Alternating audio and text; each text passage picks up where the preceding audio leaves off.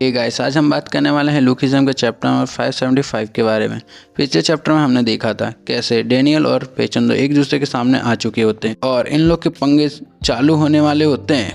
Daniel का aura देख के पेचेंदो कहता है, तेरी आंखों को देख के लगता है तू मुझे बेटर टक्कर देगा। मुझे तेरी आंखें पसंद आई, बहुत ज़्यादा पसंद आई।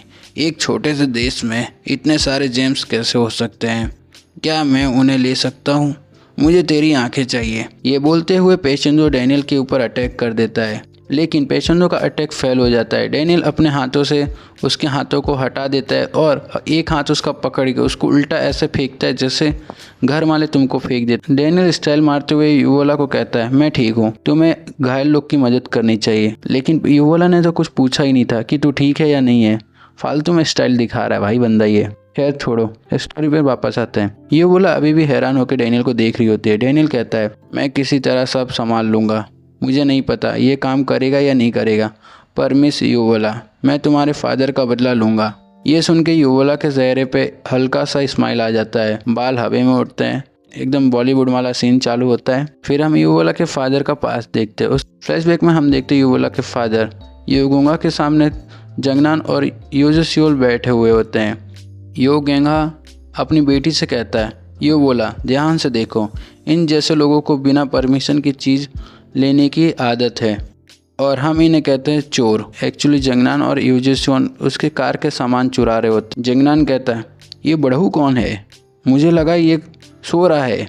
युवोला पूछती है, डैडी अभी हम क्या करेंगे इनके साथ? इन्हें जेल भेजेंगे? योगोंगा कहता है, जेल इनके लिए कुछ नहीं करेगी, ऐसे लोग वापस वही काम शुरू कर देंगे। वो दोनों चोर अपना प्लानिंग बना रहे थे, चलो इसको बेहोश करके भाग जाते हैं।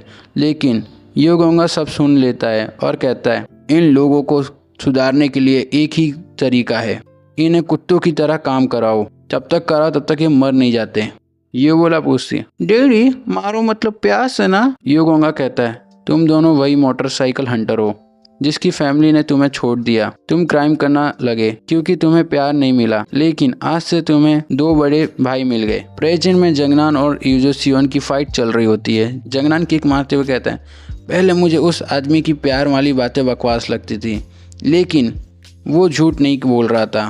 उसने हमें अपना दिल से संभाला था, टीचर बना, माँ बाप सब बना, वो उसने सब कुछ दिया और तूने उसके साथ क्या किया? सीन शिफ्ट होता है एक फ्लैशबैक में जहाँ योसियोन और जोहान खड़े होते हैं और थोड़े आगे योगोंगा पड़ा होता है मरा हुआ। जंगनान कहता है, तूने योगोंगा को धोखा क्यों दिया? योजोसियोन कहता है, सॉरी भाई, पर मैं इधर बात करने नहीं आया हूँ, अपनी बातें छोड़कर हम सीधा फाइट करते हैं। इतने में योजोसियोन के गैंग के लोग आ जाते हैं और फाइट स्टार्ट हो जाती है। एजोसियोन एक उल्टे हाथ का रेपटा मारता है जंगनान को और कहता है, मैं सिर्फ पैसे कमाना चाहता हूँ, तुम लोगों के एक फैमिली ड्रामा के पीछे मैं पागल नहीं होना चाहता, अपनी लाइफ बर्बाद नहीं करूँगा। वो बंदा टीचर, माँ बाप सब बना, पर मैंने उसे बोला क्या? उसने बस हम लोग को कमज़ोर बनाया, अपने साथ जोड़कर प्यारी प्यारी बातें करके हमारा दिमाग सिर्फ खराब किया। मैं हमेशा ऊपर रहना चाहता हूँ, सिंपल बात। उसके बाद उन दोनों के बीच में एकदम खतरनाक वाली फाइट हो जाती है, किक ब्लॉक काउंटर, प्योर खतरनाक फाइटिंग।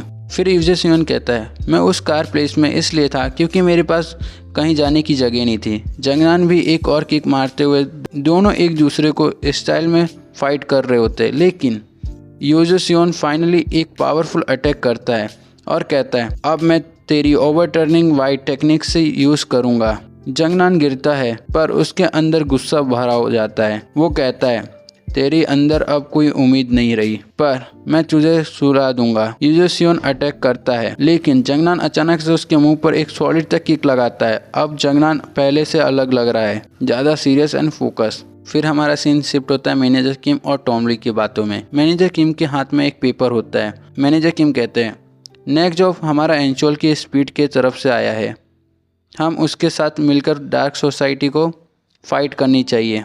टॉम उसके पेपर को फाड़ के कहता है, उन्हें कैसे पता चला हम तक पहुंचने का? लगता है हम अब उनके पड़ोसी बन चुके हैं। मैनेजर किम कहता है, जो भी बकवास क्लाइंट है सब कैंसिल कर दो।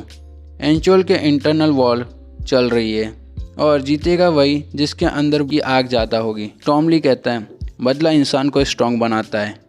किम कहता है, हाँ, अगर कोई 10 साल से बदला दबाया बैठा हो तो वो इंसान एक दानव बन जाता है। डाल सोसाइटी जरूर हारेगी। वापस हम फाइट में आते हैं। जंगनान यूजोसियोन को मार मार के धोबी का कुत्ता बना रोता है। यूजोसियोन सोचता है ये किक ये तो यूजांग की टेक्निक है। जंगनान की डेथ किक एक मूव गिरती है और यूजोसियोन का काम खत्म। यूजोसियोन अनकॉन्शियस हो जाता है। हमारा शिफ्ट होता है सीन जेम्स ली के ऊपर। जेम्स ली कार में बैठा हुआ रहता है और एक पुलिस वाला ऑफिसर भी उसके साथ रहता है। ऑफिसर कहता है क्या तुझे जंगनान की टेंशन हो रही है? जेम्स ली कहता है कंसर्न मुझे बस उसकी एक्टिंग समझ नहीं आती। वो अपना असली ताकत छुपा के रखता है बदले के लिए। अब वो मेरे लिए भी थोड़ा खतरा बनते जा रहा है। फिर से हम आ जाते हैं जंगनान और यूजोसियोन की ओर, जहाँ पर जंगनान यूजोसियोन को ख़त्म करके कहता है पेचेंजो ये अटैक तेरे लिए था, अब मेरा इंतज़ार कर, आज हम सब कुछ ख़त्म कर देंगे। और उधर पेचेंजो डेनियल के साथ फाइट कर रहा होता है। फेस में स्माइल, आंखों में डेविल वाला हवस। डेनियल को देख के लग रहा होता है कि वो अपने आप को पुश कर रहा हो। पेचेंजो लिटरली इंजॉय कर रहा होता है फाइट के हर एक मोमेंट को। और यहीं पे चैप्टर हमारा ख़त्म हो जाता है। तो गाइस आप लोग को पसंद आया मेरा वीडियो? तो गाइस आपको एक्सप्लेनेशन पसंद आया तो चैनल को लाइक एंड सब्सक्राइब जरूर कर देना।